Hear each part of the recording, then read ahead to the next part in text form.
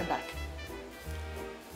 Today is the best day of the week. It's Wednesday, it's hump day, the week is half over, but it is new comic book day, and when you see this, it'll probably be Thursday, but I have one comic pick for you this week.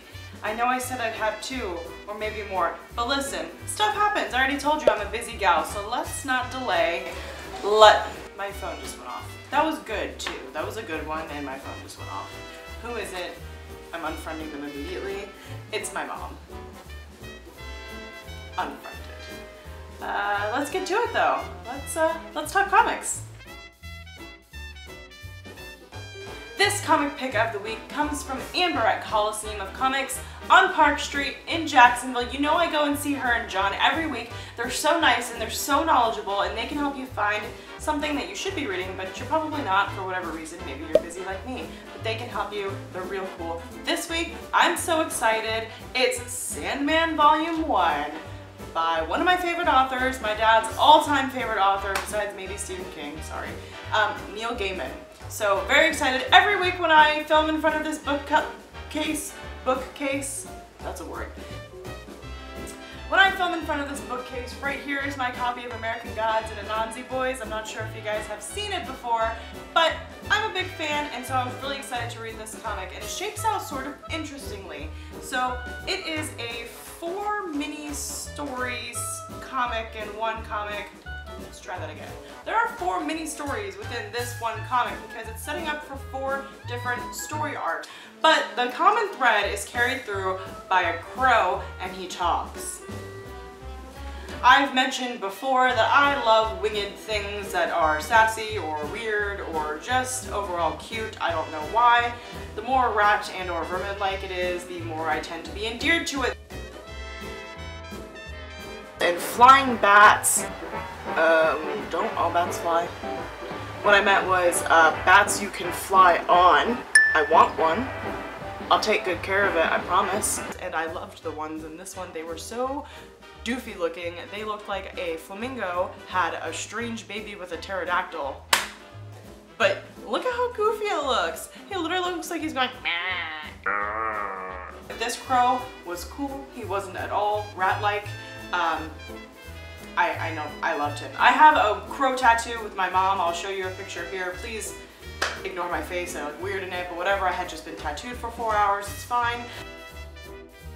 But this comic was really cool, and I was trying to explain it to my coworkers why it's so awesome to be reading a comic written by somebody who is also a novelist. If you've read any novels by Neil Gaiman and you're like me, you're just often gobsmacked because things are just written so eloquently, and I can't say enough. Honestly, this is just going to become like some sort of literature gushing thing, and you're here for a comic review.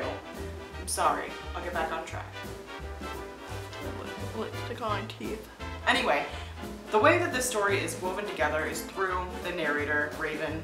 His name is Matthew, I think, which I think is hysterical. Matthew's trying to find the king of the Dreamland because something is going on. A rift, a crack is being created in the Dreamland, and that is apparently bad for business. The only way that the Raven can get into the real world is by hitching a ride with somebody from their dream state, wake them up so they appear in the real world.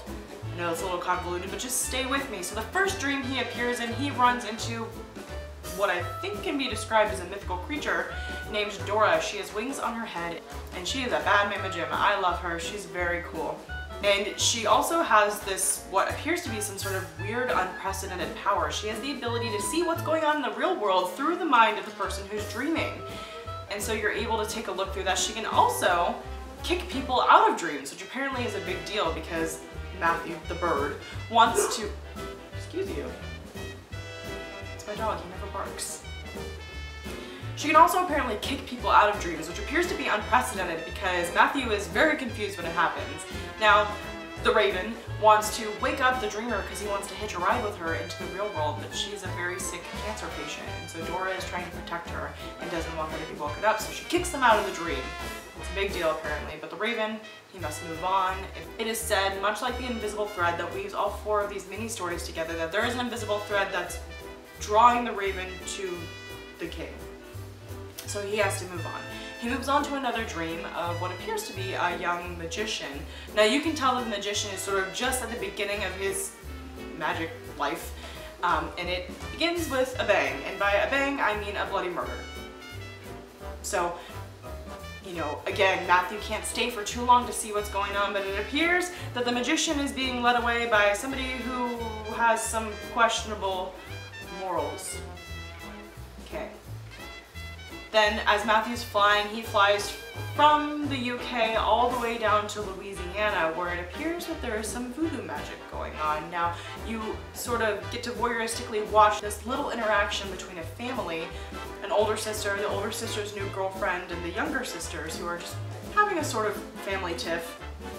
And it looks like a talisman, that's probably not the right word, but some sort of trinket is gifted to the younger sisters, but gets tossed into the water out of anger, as you do when your sister's girlfriend gives you stuff.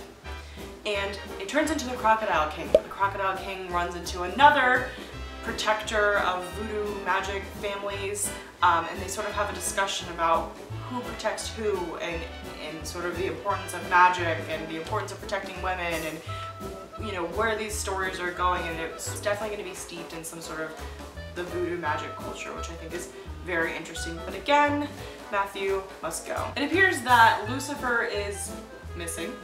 Matthew is led to a place where crows have been trapped and sacrificed by Lucifer in an attempt to find the mother of his child, who is hiding using some sort of magic.